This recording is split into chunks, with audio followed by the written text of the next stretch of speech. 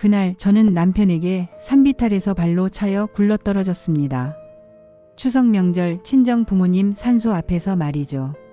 제가 비탈을 굴러내려가 나무에 부딪혀 쓰러진 채 하늘을 올려다보는 동안 남편과 아들, 며느리가 나눈 대화가 귓가에 들려왔습니다. 여보, 이제 됐어요. 건물은 우리 거예요. 엄마가 이렇게 다치면 도장 안 찍을 수 없을 거야. 대체 무슨 일이 있었던 걸까요? 여러분 안녕하세요. 오늘도 이렇게 찾아와 주셔서 감사합니다. 지금 어디에서 이 이야기를 듣고 계신가요? 출퇴근길 지하철이나 버스에서, 집에서 편하게 혹은 잠들기 전 침대에서 들으시는 분들 댓글로 알려주시면 반갑게 인사드리겠습니다. 오늘의 이야기가 궁금하시다면 좋아요와 구독 부탁드립니다. 여러분의 작은 관심이 더 좋은 이야기를 만드는 큰 힘이 됩니다. 그럼 이제 시작하겠습니다. 새벽 4시. 알람이 울리기도 전에 눈이 떠지는 건 50년 넘게 새벽잠이 없었던 탓이었습니다. 영도구 복내동 낡은 빌라 2층, 저는 조용히 이불을 걷어내고 일어났습니다. 옆에서는 남편 한태석이 코를 골며 자고 있었죠. 65살, 조선소 관리직에서 은퇴한 지 3년째였지만 여전히 새벽까지 술 마시고 들어와 낮까지 자는 생활을 반복하고 있었습니다. 세수를 하고 거실로 나오니 창밖으로 영도다리 불빛이 희미하게 보였습니다. 10월 초순의 새벽 공기는 선선했고 바람에 실려오는 바닷내음이 코끝을 스쳤죠. 영도다리를 건너 남포동으로 다시 버스를 타고 복내시장으로 향했습니다. 새벽 5시면 이미 시장은 활기로 가득했습니다. 골목 안쪽에 있는 제 가게 앞에 섰습니다. 순잔의 밑반찬이라고 손글씨로 쓴 간판이 낡아서 글자가 희미해져 있었습니다. 셔터를 올리고 안으로 들어서자 익숙한 간장 냄새와 참기름 냄새가 코를 감쌌죠. 앞치마를 두르고 냉장고를 열었습니다. 오늘은 김치를 담가야 했고 장조림도 끓여야 했고 멸치볶음도 준비해야 했습니다. 손을 움직이는 동안만큼은 아무 생각도 들지 않았습니다. 배추를 다듬고 물을 채 썰고 고춧가루를 버무리는 동안 그저 손끝의 감촉에만 집중했죠. 40년 넘게 해온 일이었으니 눈을 감고도 할 수 있었습니다. 오전 9시 가게 문을 열자마자 단골 손님들이 하나 둘 들어왔습니다. 7순이 넘은 박 여사님은 저를 보자마자 환하게 웃으며 손을 잡았죠. 요즘 건강은 어떠냐고 저번에 허리 아프다고 했다며 걱정해 주셨습니다. 손님들과 정을 나누는 시간은 좋았습니다. 누군가 저를 필요로 한다는 느낌, 제가 만든 음식으로 누군가 기뻐한다는 사실이 하루를 버틸 힘을 줬죠. 하지만 해가 기울고 오후 6시가 되어 가게 문을 닫을 때면 어깨가 무거워지기 시작했습니다. 셔터를 내리고 복내시장을 빠져나와 버스 정류장으로 걸어가는 동안 발걸음은 점점 느려졌습니다.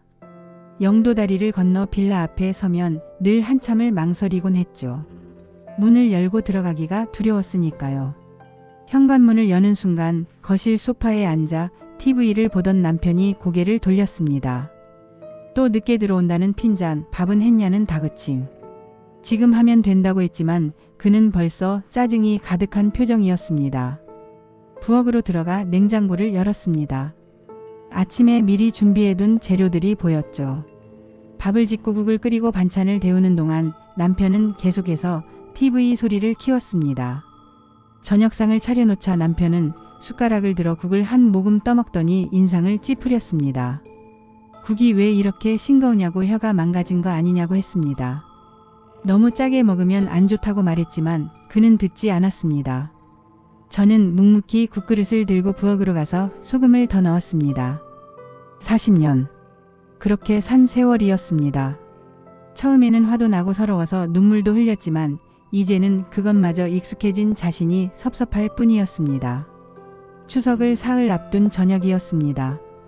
평소처럼 가게의 문을 닫고 집으로 돌아오는데 현관 앞에 낯익은 차 한 대가 서 있었습니다. 아들 민수의 차였죠. 현관문을 열고 들어서자 거실에 아들과 며느리 유진 그리고 9살 손녀 지우가 앉아 있었습니다. 평소에는 바쁘다며 연락도 잘 안 하던 아들이 명절도 아닌 주중에 찾아온 것부터 이상했습니다. 민수는 저를 보자 일어나 인사를 했습니다. 일 마치고 오시느라 힘드셨다며 걱정하는 척했죠. 며느리 유진은 부엌으로 따라 들어오며 도와드리겠다고 했습니다. 그녀의 미소는 여전히 밝았지만 눈빛 어딘가에 묘한 긴장감이 감돌았습니다. 저녁을 준비하는 동안 유진이 물었습니다. 해운대에 있는 그 건물 월세 잘 들어오냐고요. 제 손이 잠시 멈췄습니다. 그 건물은 친정아버지가 평생 좌판 장사로 모은 돈으로 사서 딸인 저에게 물려준 2층짜리 작은 상가였습니다. 크지는 않지만 매달 들어오는 월세가 제 노후를 지탱하는 유일한 안전망이었죠. 잘 들어오고 있다고 대답했습니다. 요즘 부동산 시세가 많이 올랐다며 관리 잘하라는 유진의 말투는 부드러웠지만 그 안에는 무언가 숨겨진 의도가 느껴졌습니다. 저녁 식사 자리에서 남편 태석이 입을 열었습니다. 이번 추석엔 성묘를 좀 특별히 하려고 한다며 우리 선산만 가는 게 아니라 장인어른 장모님 산소에도 들르자고 했습니다. 저는 깜짝 놀라 남편을 바라봤습니다. 40년 결혼 생활 동안 태석이 친정 부모 산소에 가자고 한 적은 단 한 번도 없었습니다. 오히려 제사도 아닌데 뭐하러 가냐며 핀잔만 주던 사람이었는데요. 정말 그래도 되겠냐고 물었습니다. 왜 안 되냐며 장인어른 장모님도 우리 부모님이라고 이번 추석엔 제대로 인사드려야 한다고 했습니다. 민수와 유진도 환하게 맞장구를 쳤습니다. 손녀 지우는 핸드폰으로 뭔가를 찍으며 까르르 웃었습니다. 저는 가슴이 뭉클했습니다. 어쩌면 남편도 나이가 들면서 마음이 변한 걸까요? 가족이 이렇게 화목하게 지내는 게 제가 바라던 전부였습니다. 그날 밤 저는 오랜만에 편안한 마음으로 잠자리에 들었습니다. 추석날 가족들과 함께 부모님 산소를 찾아가는 상상을 하니 눈시울이 뜨거워졌죠. 하지만 잠이 오지 않았습니다. 한밤중 목이 말라 물을 마시러 일어나 거실로 나왔을 때였습니다. 어둠 속에서 소파 쪽에서 나지막한 목소리가 들렸습니다. 남편과 아들, 며느리가 무언가 이야기를 나누고 있었습니다. 내일 그 얘기 꼭 꺼내라는 아들의 말, 어머니만 설득되면 우리 빚 문제 다 해결된다는 며느리의 목소리, 알아서 할 테니 걱정 말라는 남편의 대답. 이번이 마지막 기회라는 다짐. 저는 복도 모퉁이에 숨어 숨을 죽였습니다. 가슴이 두근거렸고 손끝이 차가워졌습니다. 무슨 얘기인지 정확히는 알 수 없었지만 한 가지는 확실했습니다. 남편이 갑자기 친정 부모 산소에 가자고 한 것, 아들 내외가 명절도 아닌데 찾아온 것, 며느리가 건물 이야기를 꺼낸 것. 모든 것이 우연이 아니었습니다. 제 등골에 차가운 땀이 흘러내렸습니다. 저는 조용히 방으로 돌아가 침대에 누웠습니다. 하지만 새벽까지 잠을 이룰 수 없었습니다. 창밖으로 영도다리 불빛이 깜박였고 어디선가 배의 백고동 소리가 낮게 울렸습니다. 추석날 아침이 밝았습니다. 그리고 제 인생에서 가장 끔찍한 하루가 시작되었습니다. 추석 당일 아침, 저는 새벽 4시에 일어나 제사상에 올릴 음식을 준비했습니다. 전을 부치고 나물을 무치고 과일을 깎는 손길 하나하나에 정성을 담았습니다. 부엌에서 흘러나오는 참기름 냄새와 전 부치는 냄새가 집안을 가득 채웠죠. 오전 9시 일가족은 남편 차에 올랐습니다. 민수가 운전대를 잡았고 조수석에는 남편이, 뒷좌석에는 저와 유진 그리고 손녀 지우가 나란히 앉았습니다. 차가 출발하자 지우는 핸드폰을 꺼내 창밖 풍경을 찍기 시작했습니다. 유튜버가 되고 싶다며 요즘 영상 찍는 연습을 한다고 했죠. 차는 영도대교를 건너 부산 외곽으로 향했습니다. 창밖으로 보이는 하늘은 유난히 맑았고 가을 햇살이 따사롭게 내리쬐었습니다. 하지만 제 가슴속은 어젯밤 들었던 대화 때문에 무겁기만 했습니다. 1시간을 달려 먼저 거제도에 있는 시댁 선산에 도착했습니다. 가파른 산길을 오르는 동안 숨이 찼지만 참았습니다. 시아버지 산소 앞에 무릎을 꿇고 절을 올렸습니다. 남편은 아버지 산소 앞에서 중얼거렸습니다. 가족들 모두 건강하고 이번에 큰일도 잘 마무리될 것 같다고요. 큰일이라는 단어가 귓가에 맴돌았습니다. 어젯밤 대화에서도 나왔던 그 말. 성묘를 마치고 다시 차에 올랐습니다. 이제 김해시 진례면에 있는 친정 부모님 산소로 향할 차례였습니다. 차 안은 조용했습니다. 라디오에서 흘러나오는 트로트 음악만이 침묵을 채웠죠. 1시간을 더 달려 산자락 주차장에 도착했습니다. 차에서 내리니 산바람이 시원하게 불어왔고 코스모스가 길가에 피어 흔들리고 있었습니다. 가파른 산길을 올랐습니다. 20년 만에 찾는 길이었지만 발은 기억하고 있었습니다. 돌부리를 조심하며 한 걸음 한 걸음 올라갔고 숨이 차올랐지만 멈추지 않았습니다. 친정 부모님 산소가 보였습니다. 가슴이 먹먹해졌습니다. 무릎을 꿇고 준비해온 국화꽃을 올렸습니다. 아버지, 어머니, 딸 순자 왔다고 인사드렸습니다. 목소리가 떨렸고 눈시울이 뜨거워졌습니다. 남편도 옆에서 함께 절을 했고 민수 내외와 지우도 차례로 인사를 드렸습니다. 평생 이런 날이 오기를 바랐습니다. 가족이 함께 부모님께 인사드리는 모습이 꿈만 같았죠. 제사를 마치고 산소 앞에 둘러앉았습니다. 유진이 준비해온 과일을 꺼내 나눠줬고 지우는 할머니 옆에 앉아 꽃을 만지작거렸습니다. 가을 햇살이 따스했고 바람에 실려온 풀냄새가 상쾌했습니다. 그때였습니다. 남편 태석이 담배를 꺼내 물고 불을 붙였습니다. 연기가 피어올랐고 그는 저를 빤히 쳐다보더니 입을 열었습니다. 장인어른이 남겨주신 그 건물 말인데 이제 슬슬 정리할 때도 됐다며 나이도 있고 나중에 복잡해지기 전에 자기 명의로 바꾸자고 했습니다. 순간 제 심장이 철렁 내려앉았습니다. 목소리에 실린 무게감이 예사롭지 않았습니다. 손끝이 차가워졌고 등골에 식은땀이 흘렀습니다. 무슨 소리냐고 물었습니다. 그건 친정 아버지가 저에게 물려준 거라고 제 재산이라고 말했습니다. 하지만 남편은 담배 연기를 내뿜으며 부부 사이에 내 거가 어디 있냐고 명의만 바꾸는 건데 뭐가 문제냐고 되물었습니다. 옆에서 유진이 끼어들었습니다. 아버님 말씀이 맞다며 어차피 나중엔 다 저희한테 오는 거니 미리 정리하시는 게 세금도 절감되고 좋다고 했습니다. 그녀의 목소리는 부드러웠지만 눈빛은 차갑게 계산하고 있었습니다.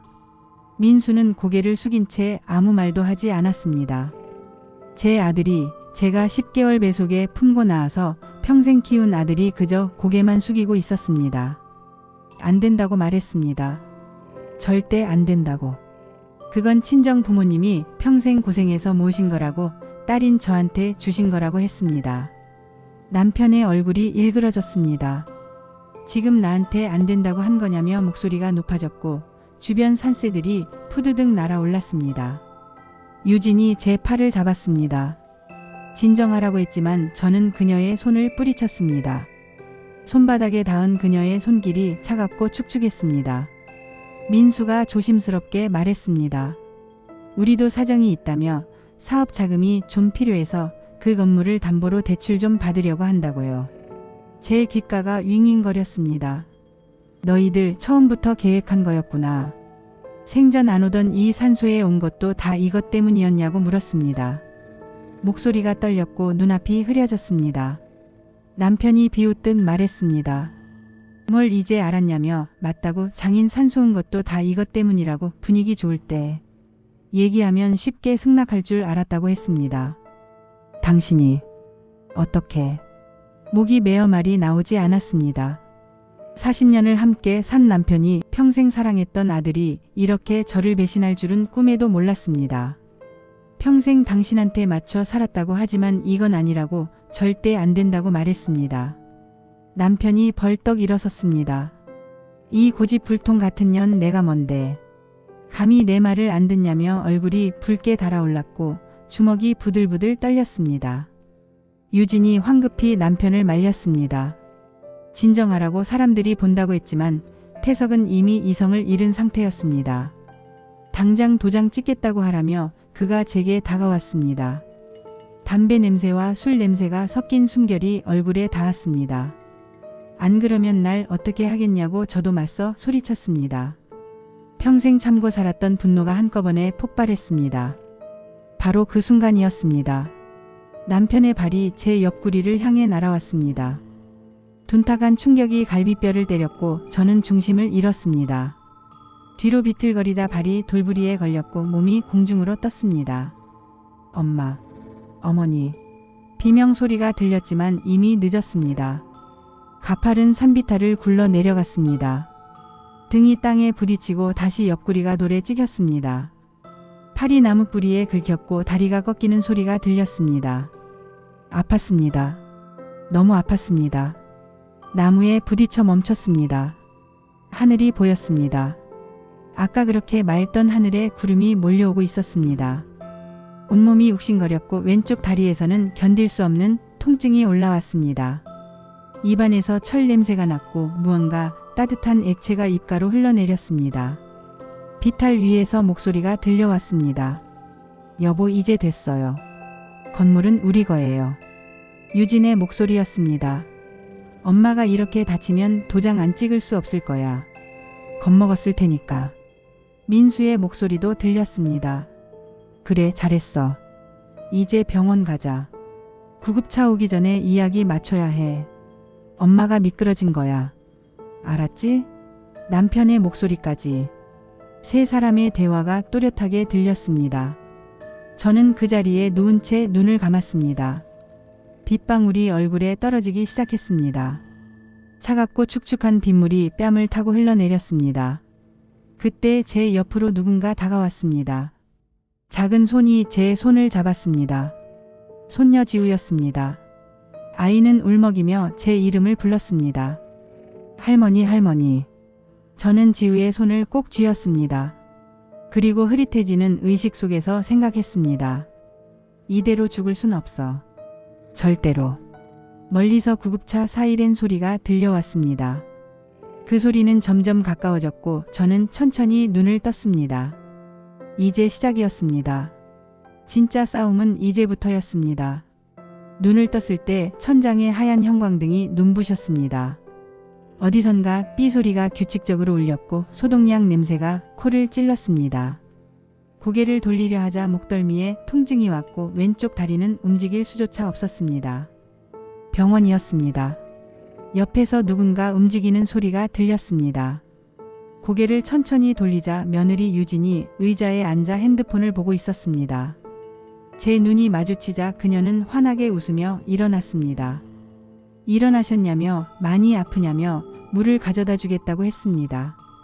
목소리는 부드러웠지만 그 미소 뒤에 숨겨진 차가운 계산이 이제는 또렷하게 보였습니다.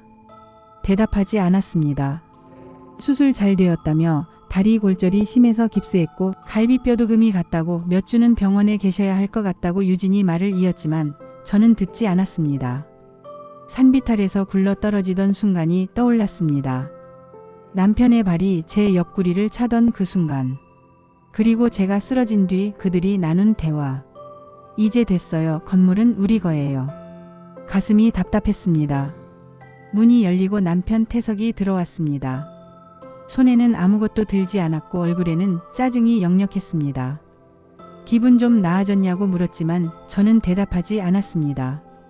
그는 한숨을 쉬며 침대 옆 의자에 앉았습니다. 의사가 한 달은 입원해야 한다며 돈 많이 들겠다고 했습니다. 그의 말투에는 걱정이 아니라 불만이 담겨 있었습니다. 유진이 조심스럽게 말을 꺼냈습니다. 저희가 병원비 걱정도 되고 해서 그 건물 이야기 다시 좀 생각해 달라고 했습니다. 저는 천천히 고개를 돌려 며느리를 바라봤습니다. 그녀의 눈빛에는 미안함도 죄책감도 없었습니다. 오직 건물에 대한 집착만이 가득했죠. 싫다고 말했습니다. 제 목소리는 쉬었지만 단호했습니다. 아버님이 실수로 그러신 거라며 이렇게까지 할 거냐고 유진의 목소리가 높아졌습니다. 실수냐고 산비탈에서 사람을 발로 차는 게 실수냐고 되물었습니다. 유진은 입술을 깨물었습니다. 태석은 이를 갈며 일어섰습니다. 네 맘대로 하라고 근데 후회할 거라고 말하고는 병실을 나갔습니다. 혼자 남겨졌습니다. 창밖을 바라봤습니다. 회색빛 하늘에 비가 내리고 있었습니다. 빗물이 유리창을 타고 흘러내렸고 저는 그 모습을 멍하니 바라봤습니다. 평생을 참고 살았습니다. 남편의 잔소리도 무시도 폭언도 모두 참았습니다. 가족이니까, 부부니까, 어머니니까 참아야 한다고 생각했죠. 하지만 이제는 달랐습니다. 산비탈에서 굴러 떨어지며 깨달았습니다. 이대로 살다가는 진짜 죽을 수도 있다는 것을요. 저녁 무렵 병실 문이 조심스럽게 열렸습니다. 손녀 지우가 고개를 빼꼼 내밀었습니다. 아이는 주변을 살피더니 조용히 들어와 제 침대 옆으로 다가왔습니다. 눈이 빨갛게 부어 있었고 손에는 핸드폰을 꼭 쥐고 있었습니다. 할머니. 아이의 목소리가 떨렸습니다. 괜찮다고 할머니 괜찮다고 말하며 손을 뻗어 아이의 손을 잡았습니다. 작고 따뜻한 손이었습니다. 지우는 울먹이며 핸드폰을 꺼냈습니다. 그날 다 찍었다고 유튜버 연습하려고 찍고 있었는데 할아버지가 할머니를 말을 잇지 못하고 눈물을 흘렸습니다. 저는 지우의 핸드폰을 받아들었습니다. 화면에는 재생 버튼이 떠 있는 영상이 보였습니다. 떨리는 손으로 재생 버튼을 눌렀습니다. 화면에 산소압 장면이 나왔습니다. 남편이 건물 이야기를 꺼내는 장면, 제가 거절하는 장면, 그리고 남편의 발이 제 옆구리를 향해 날아가는 장면까지 모든 것이 선명하게 담겨 있었습니다. 제가 비탈을 굴러 떨어지고 핸드폰이 바닥에 떨어졌는지 화면이 흔들렸지만 음성은 또렷했습니다. 여보 이제 됐어요. 건물은 우리 거예요. 유진의 목소리. 엄마가 이렇게 다치면 도장 안 찍을 수 없을 거야. 민수의 목소리. 그래 잘했어. 구급차 오기 전에 이야기 맞춰야 해. 엄마가 미끄러진 거야. 태석의 목소리. 모든 대화가 고스란히 녹음되어 있었습니다. 저는 핸드폰을 쥔 손이 부들부들 떨렸습니다. 분노와 배신감 그리고 동시에 희망이 밀려왔습니다. 이것이 바로 증거였습니다. 제가 미치지 않았다는 이 모든 것이 계획된 일이었다는 증거였죠. 지우에게 고맙다고 말했습니다. 제 목소리가 떨렸습니다. 할머니, 엄마가 이 영상 지우래요. 할아버지도 아빠도요. 근데 나는 이게 잘못된 것 같아요. 아이의 목소리는 어렸지만 또렷했습니다. 잘했다고 넌 정말 용감하다고 말하며 아이를 끌어안았습니다. 지우는 제 품에서 한참을 울었습니다. 이 영상 할머니한테 보내줄 수 있냐고 물었습니다. 네 할머니. 지우는 고개를 끄덕이며 영상을 제 핸드폰으로 전송했습니다. 영상을 다시 한번 확인했습니다. 폭행의 순간, 그 후의 대화, 모든 것이 완벽하게 담겨 있었습니다. 지우가 돌아간 후 저는 핸드폰을 꺼내 검색을 시작했습니다. 가정폭력 전문 변호사. 여러 법무법인을 찾아보다가 한 곳을 발견했습니다. 떨리는 손으로 전화를 걸었습니다. 법무법인 정이라는 곳이었습니다. 전화 너머로 젊은 여성의 목소리가 들렸습니다. 상담을 받고 싶다고 남편한테 폭행당했다고 그리고 재산을 빼앗으려고 했다고 말했습니다. 제 목소리는 떨렸지만 말은 분명했습니다. 잠시 침묵이 흘렀습니다. 증거가 있냐고 물었습니다. 있다고 영상이 있다고 폭행 장면이랑 음모 꾸민 대화까지 다 찍혀 있다고 대답했습니다. 그렇다면 충분히 가능성이 있다며 내일 병원으로 찾아오겠다고 했습니다. 전화를 끊고 나서 저는 깊은 숨을 내쉬었습니다. 창밖의 비는 멈췄고 구름 사이로 석양빛이 비쳐 들어왔습니다. 붉은 햇살이 병실 벽을 물들였습니다. 이제 시작이었습니다. 더 이상 참지 않을 것입니다. 더 이상 당하고만 살지 않을 것입니다. 평생 누군가의 아내로 누군가의 어머니로만 살았습니다. 하지만 이제는 저 자신을 위해 싸울 것입니다. 침대 옆 탁자 위에 놓인 핸드폰이 희미하게 빛났습니다. 그 안에 담긴 진실이 곧 세상 밖으로 나올 것이었습니다. 내일부터 반격이 시작될 것입니다. 다음 날 아침 병실 문이 노크 소리와 함께 열렸습니다. 30대 중반으로 보이는 여성이 단정한 정장 차림으로 들어왔습니다.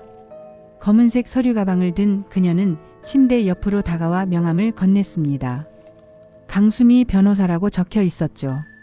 이순자님 맞으시냐며 법무법인 정의 강수미라고 자신을 소개했습니다. 그녀의 목소리는 차분하면서도 신뢰감이 느껴졌습니다. 와주셔서 감사하다고 말했습니다. 제 목소리는 여전히 쉬어 있었지만 마음만큼은 단단했습니다. 강 변호사는 의자를 끌어당겨 앉으며 노트북을 꺼냈습니다.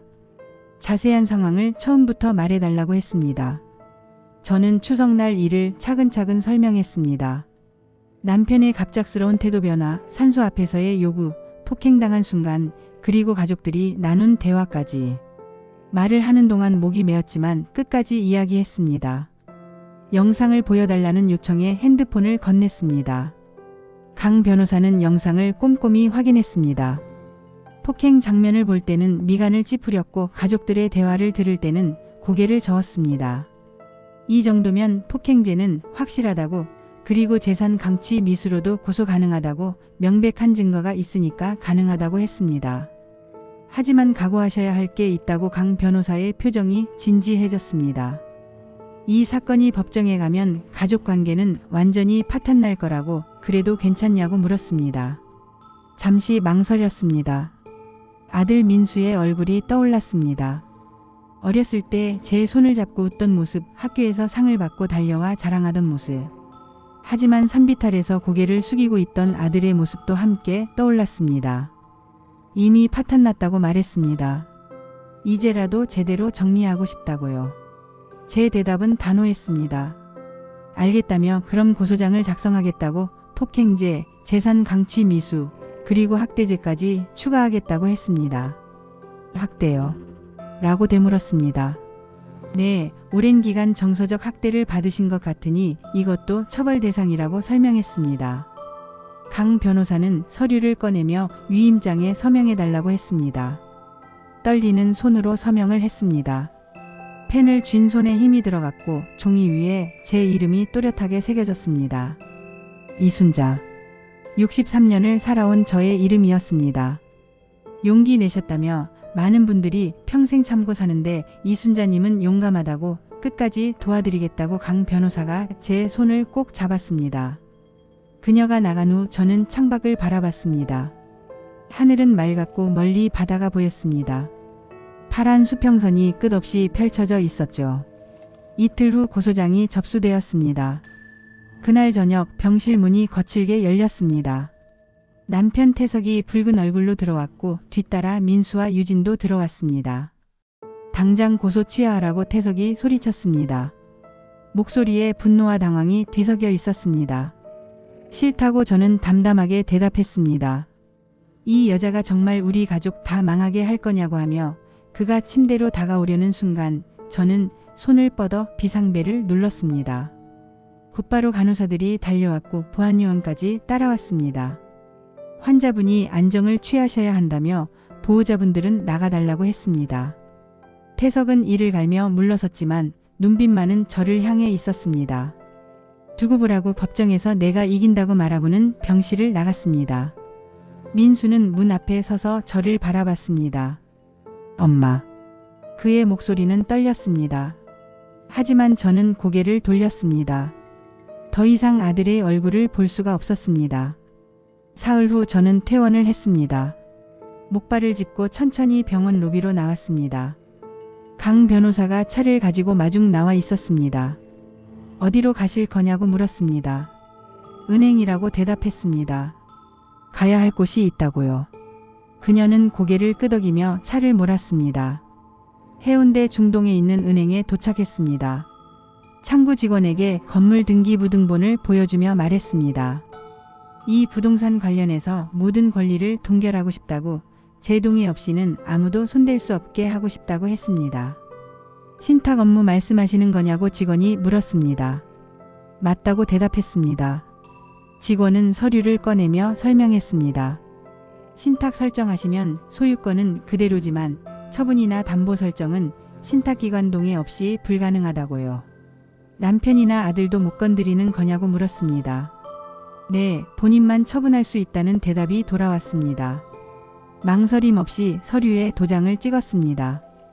이제 누구도 제 재산을 건드릴 수 없었습니다. 친정 부모님이 평생 모아 저에게 물려준 그 건물을 마침내 제대로 지킬 수 있게 되었습니다. 은행을 나서는데 핸드폰이 울렸습니다. 민수였습니다. 받지 않았습니다. 곧이어 문자가 왔습니다. 엄마, 제발 전화 좀 받아요. 우리 얘기 좀 합시다. 하지만 답장하지 않았습니다. 차 안에서 강 변호사가 물었습니다. 혹시 건물을 어떻게 하실 생각이냐고요. 저는 잠시 망설이다가 대답했습니다. 팔고 싶다고요. 강 변호사는 깜짝 놀라 저를 바라봤습니다. 매각이냐고. 그 건물은 이순자님의 유일한 노후 자산인데 괜찮냐고 물었습니다. 알고 있다고. 근데 이제 그 건물을 보면 그날 일이 생각난다고. 산비탈에서 굴러떨어진 일, 가족들의 배신 다 생각난다고 말했습니다. 제 목소리는 담담했지만 가슴속은 무거웠습니다. 매각하시면 그 돈은 어떻게 하실 거냐고 물었습니다. 저는 창밖을 바라봤습니다. 거리에는 사람들이 오가고 있었고 가게 앞에는 노인 몇 분이 앉아 이야기를 나누고 있었습니다. 일부는 기부하겠다고, 나머지로는 무료급식소를 열고 싶다고, 저처럼 힘든 노인분들을 위해서라고 말했습니다. 강 변호사는 잠시 말없이 저를 바라보더니 제 손을 꼭 잡았습니다. 정말 대단하다고. 본인도 힘든 상황인데 남을 생각하다니 대단하다고 했습니다.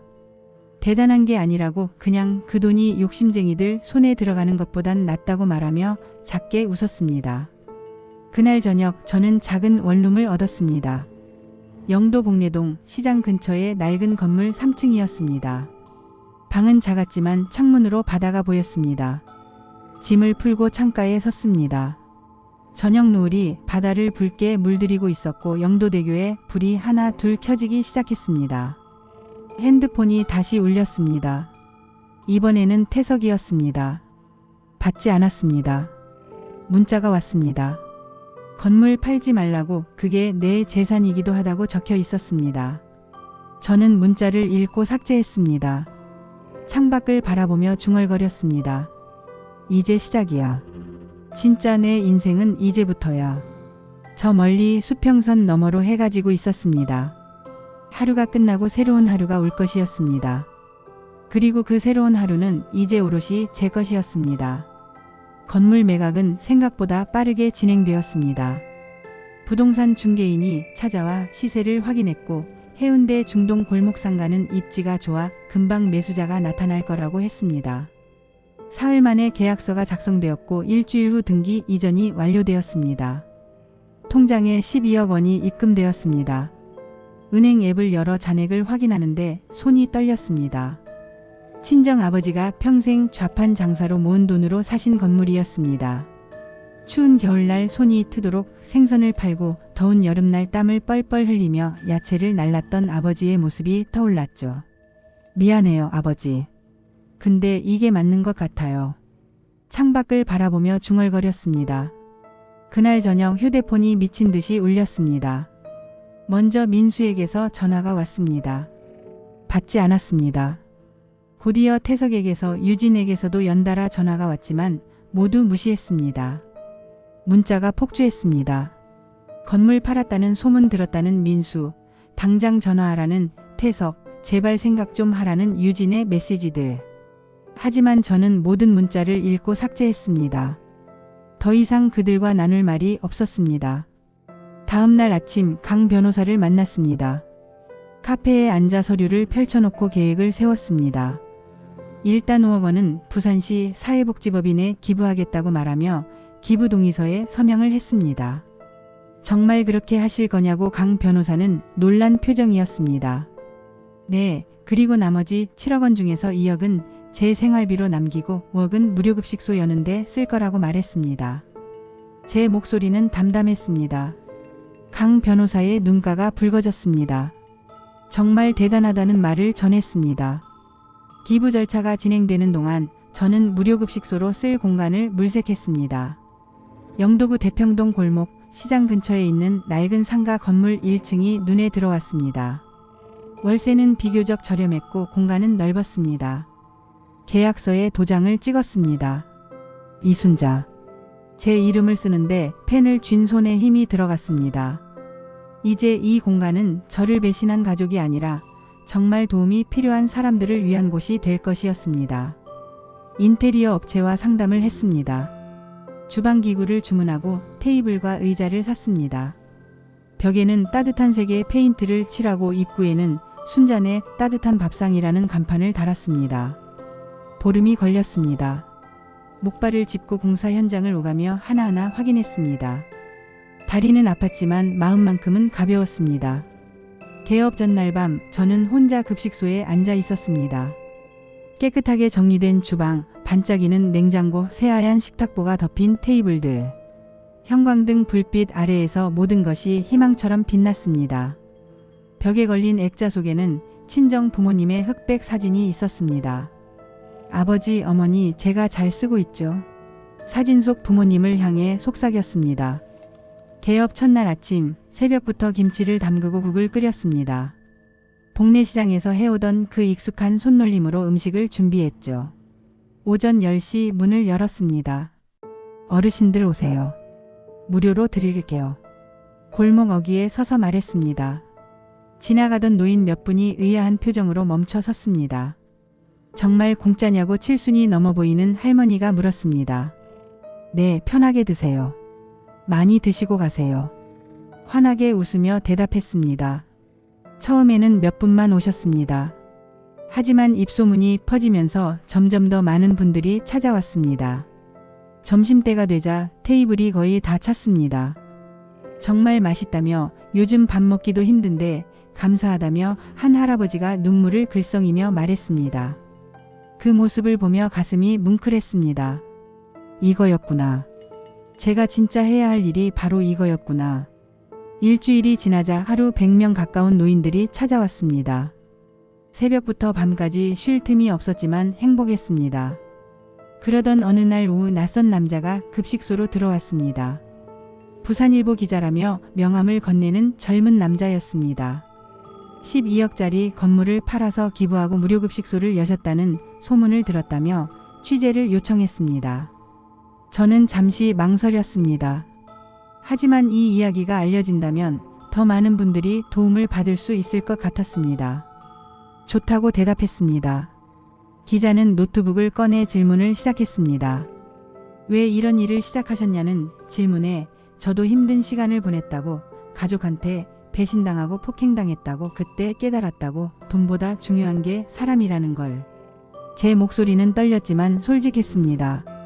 가족 문제는 해결되었냐는 질문에 지금 고소 중이라고, 남편이 절 산비탈해서 발로 차서 병원에 입원했었다고 대답했습니다. 기자의 눈이 커졌습니다. 기사가 나간 다음 날 난리가 났습니다. 포털 사이트 실시간 검색어에 제 이름이 올랐고 댓글이 수백 개씩 달렸습니다.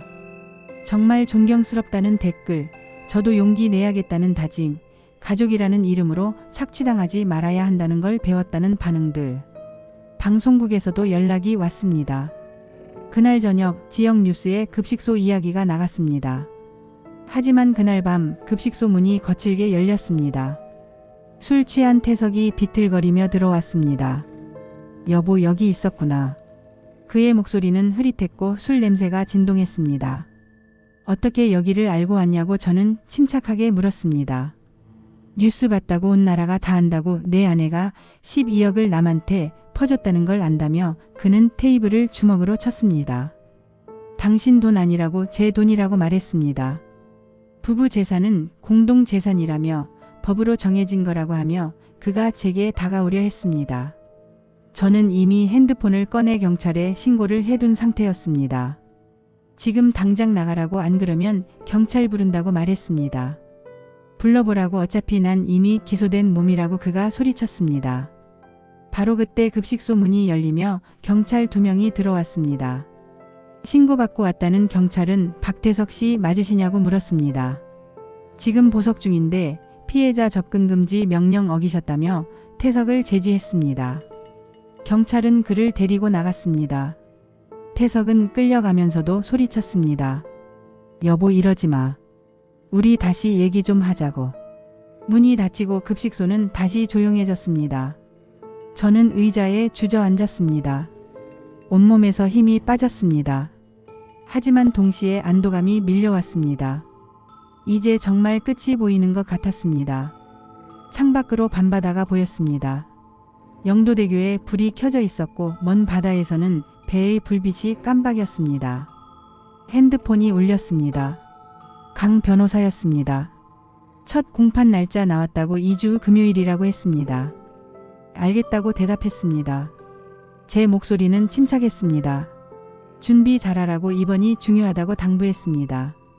전화를 끊고 저는 깊은 숨을 내쉬었습니다. 이제 법정에서 모든 진실이 밝혀질 것입니다.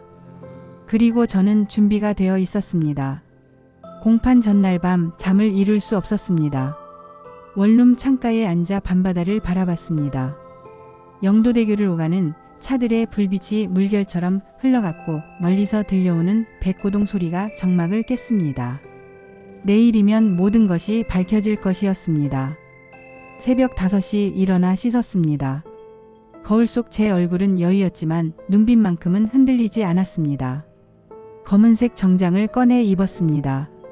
옷장 깊숙이 넣어뒀던 결혼식 이후로 한 번도 입지 않았던 옷이었습니다. 오전 9시 강 변호사가 차를 가지고 왔습니다. 준비되었냐고 그녀가 물었습니다. 네, 이제 끝낼 시간이라고 차에 올라타며 대답했습니다. 법원으로 가는 길 창밖 풍경이 천천히 지나갔습니다. 평범한 사람들이 평범한 아침을 살아가고 있었습니다. 법원 앞에 도착하자 이미 기자 몇 명이 대기하고 있었습니다. 제가 차에서 내리자 카메라 플래시가 터졌습니다.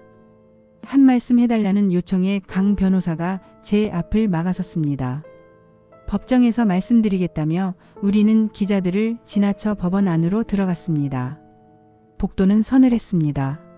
형광등 불빛이 차갑게 내리쬐었고 소독약 냄새가 코를 찔렀습니다. 법정 문 앞에 섰을 때 가슴이 두근거렸습니다. 문이 열렸습니다. 법정 안으로 들어서자 맞은편에 남편 태석이 앉아 있었습니다. 그 옆에는 변호사가, 뒤쪽 방청석에는 민수와 유진이 나란히 앉아 있었습니다. 태석과 눈이 마주쳤습니다. 그는 눈을 피했고 저는 시선을 거두지 않았습니다. 모두 일어나라는 법정 경위의 목소리가 울렸습니다.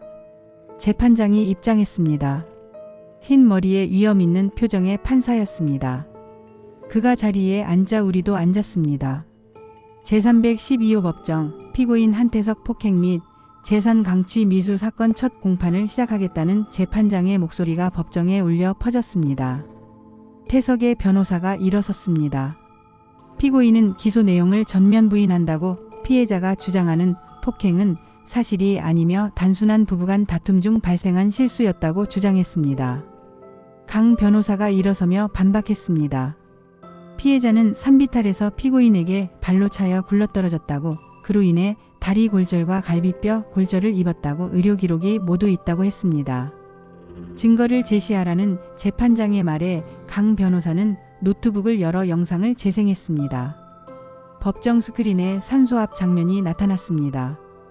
태석이 건물 이야기를 꺼내는 장면, 제가 거절하는 장면, 그리고 태석의 발이 제 옆구리를 향해 날아가는 장면, 제가 비탈을 굴러 떨어지는 장면까지 선명하게 펼쳐졌습니다.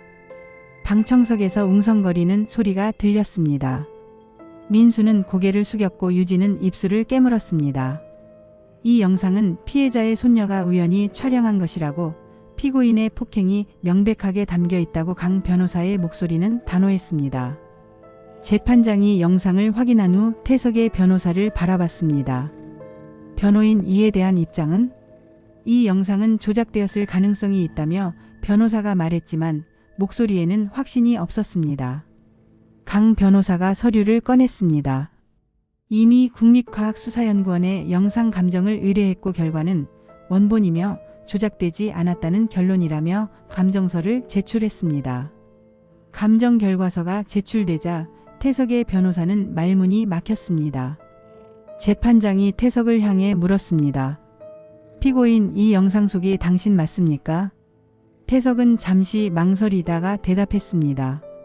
맞다고 하지만 제 의도는 아니었다고, 그냥 화가 나서 실수로 사람을 발로 차냐는 재판장의 날카로운 질문에 태석은 아무 말도 하지 못했습니다. 계속 진행하겠다며 재판장이 검사 측 증인 신청을 확인했습니다. 피해자 이순자를 증인으로 신청한다고 강 변호사가 말했습니다. 증인 입정하라는 명령에 일어나 증인석으로 걸어갔습니다. 목발을 짚고 천천히 걷는 제 모습에 법정 안이 조용해졌습니다. 선서를 마치고 증인석에 앉았습니다. 1시간 가까이 증언이 이어졌습니다.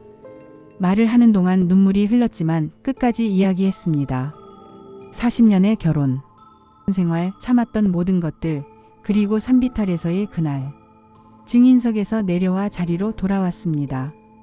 강 변호사가 제 손을 꼭 잡았습니다. 추가 증인이 있냐는 재판장의 질문에 피해자의 손녀를 증인으로 신청한다고 강 변호사가 말했습니다. 법정 문이 열리고 손녀 지우가 들어왔습니다. 9살 아이는 긴장한 표정이었지만 꿋꿋하게 증인석으로 걸어갔습니다. 방청석의 민수와 유진은 경악한 표정으로 딸을 바라봤습니다. 지우는 그날 무슨 일이 있었는지 또렷하게 증언했습니다. 할아버지가 할머니를 발로 찼다고, 할머니가 산 아래로 굴러떨어졌다고, 그 후 엄마가 이제 됐다고, 건물은 우리 거라고 말했다고요. 방청석에서 유진이 벌떡 일어났습니다. 지우야, 너 지금 뭐 하는 거야? 그녀의 목소리가 법정을 울렸습니다.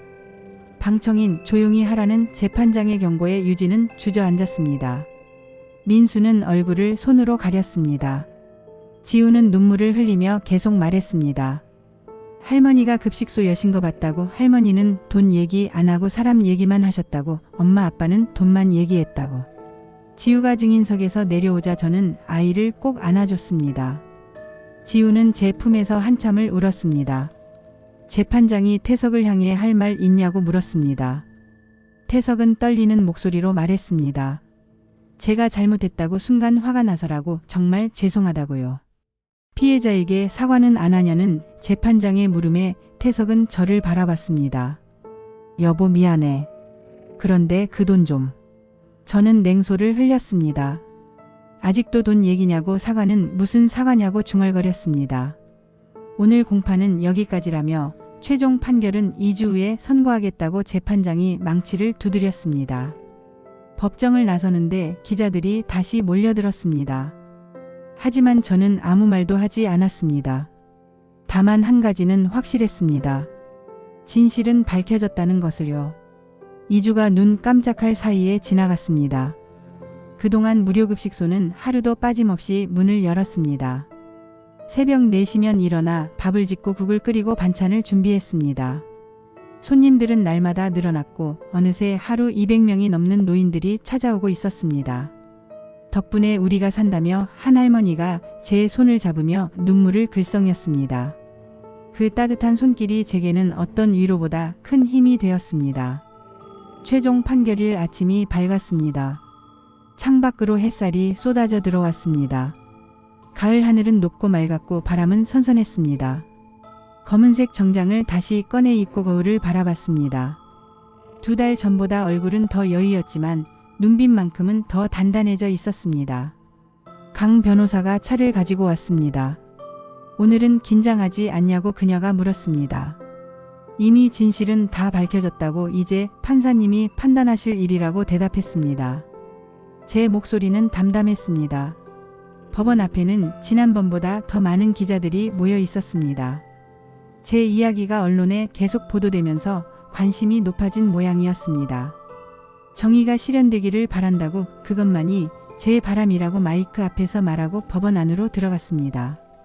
법정 문을 열고 들어서자 태석과 민수, 유진이 이미 앉아 있었습니다. 세 사람 모두 초췌한 모습이었습니다. 태석은 머리가 하얗게 새어 있었고 민수는 눈 아래에 다크서클이 짙었으며 유진은 화장으로도 가릴 수 없는 피로가 얼굴에 역력했습니다. 모두 일어나라는 말에 재판장이 입장했습니다. 자리에 앉아 법정 안은 숨소리조차 들릴 만큼 조용해졌습니다. 가슴이 두근거렸고 손에 땀이 났습니다. 강 변호사가 제 손을 꼭 잡았습니다. 제312호 법정, 피고인 한태석 사건 최종 판결을 선고하겠다는 재판장의 목소리가 법정에 울려 퍼졌습니다. 재판장은 판결문을 펼쳤습니다. 그리고 천천히 읽기 시작했습니다. 피고인 한태석은 피해자 이순자를 폭행하여 전치 8주의 상해를 입혔고 피해자의 재산을 강취하려 한 사실이 명백하다고, 특히 가족관계를 이용한 범행으로 죄질이 불량하다고 했습니다. 태석의 얼굴이 창백해졌습니다. 따라서 피고인 한태석에게 징역 2년을 선고한다고 재판장이 말했습니다. 방청석에서 웅성거리는 소리가 들렸습니다. 또한 피해자에게 치료비 및 위자료 5천만 원을 배상하라고 명한다고, 피고인은 즉시 법정 구속한다고 선언했습니다. 재판장님. 태석의 변호사가 일어섰지만 재판장은 망치를 두드렸습니다. 그리고 피고인 한민수와 최유진은 방조제로 각각 벌금 1천만 원을 선고한다고 이상으로 판결을 마친다고 했습니다. 망치 소리가 3번 울렸습니다. 태석은 그 자리에 주저앉았습니다. 법정 경비가 다가와 그의 팔을 잡았습니다. 수갑이 채워지는 소리가 들렸고 태석은 비로소 현실을 깨달은 듯 저를 바라봤습니다. 여보, 제발. 그의 목소리는 떨렸습니다. 하지만 저는 고개를 돌렸습니다. 더 이상 그 사람과 나눌 말이 없었습니다. 민수는 고개를 감싸쥐고 울었고 유진은 입술을 깨물며 저를 노려봤습니다. 그녀의 눈빛에는 분노와 원망이 가득했지만 저는 아무렇지 않게 그 시선을 받아냈습니다. 법정을 나서자 기자들이 다시 몰려들었습니다. 판결에 만족하냐는 질문에 위자료도 급식소 운영에 쓸 거라고 저는 이미 제 몫을 찾았다고 대답했습니다. 정말 대단하다며 당신은 진정한 영웅이라는 기자의 말에 영웅이라니 전 그냥 제 인생을 되찾은 것뿐이라고 작게 웃으며 대답했습니다. 법원 계단을 내려오는데 손녀 지우가 달려왔습니다. 할머니. 아이는 제 품에 안겼습니다. 학교는? 라고 물었습니다. 할머니 판결 보러 왔다며 할머니 이겼냐고 물었습니다. 응, 이겼다고 지우를 꼭 안아주며 머리를 쓰다듬었습니다. 할머니, 저 커서 변호사 될 거예요. 그리고 할머니처럼 억울한 사람들 도와줄 거예요. 아이의 눈이 반짝였습니다. 그래, 우리 지우는 할 수 있어. 가슴이 뭉클했습니다. 뒤에서 누군가 제 이름을 불렀습니다. 돌아보니 민수였습니다. 그는 비틀거리며 다가왔습니다. 엄마, 나 어떻게 해? 회사도 잘렸고 유진이도 이혼하겠대. 나 이제 정말 끝이야. 그는 무릎을 꿇으며 울었습니다. 저는 아들을 내려다봤습니다. 한때는 세상에서 가장 사랑했던 아들이었습니다. 하지만 이제는 그저 타인처럼 느껴졌습니다. 민수야, 넌 이미 선택했어. 엄마보다 돈을 택했잖아. 그 결과는 내가 감당해야지. 제 목소리는 차갑고 단호했습니다. 엄마, 제발. 저는 더 이상 듣지 않고 돌아섰습니다. 지우의 손을 잡고 계단을 내려갔습니다. 뒤에서 민수의 울음소리가 들렸지만 발걸음을 멈추지 않았습니다. 석 달 후 저는 2번째 무료급식소를 열었습니다. 후원금이 계속 들어와 가능한 일이었습니다. 이번에는 부산 진구 초읍동에 자리를 잡았습니다. 손녀 지우가 개업식에 참석했습니다. 할머니 축하해요. 지우는 꽃다발을 건네며 환하게 웃었습니다. 고마워 우리 지우. 꽃다발을 받아들고 아이를 안아줬습니다. 저 이번에 학교에서 글짓기 대회에서 1등 했어요. 할머니 이야기 썼어요. 아이가 자랑스럽게 말했습니다. 넌 이미 충분히 용감해. 할머니보다 더 용감할 거야. 머리를 쓰다듬으며 말했습니다. 개업식이 끝나고 저는 새 급식소를 둘러봤습니다. 깨끗한 테이블, 반짝이는 주방, 따뜻한 조명. 모든 것이 새로웠고 희망으로 가득했습니다. 저녁 무렵 모든 일을 마치고 원룸으로 돌아왔습니다. 작지만 아늑한 제 공간이었습니다. 창문을 열자 바닷바람이 불어왔습니다.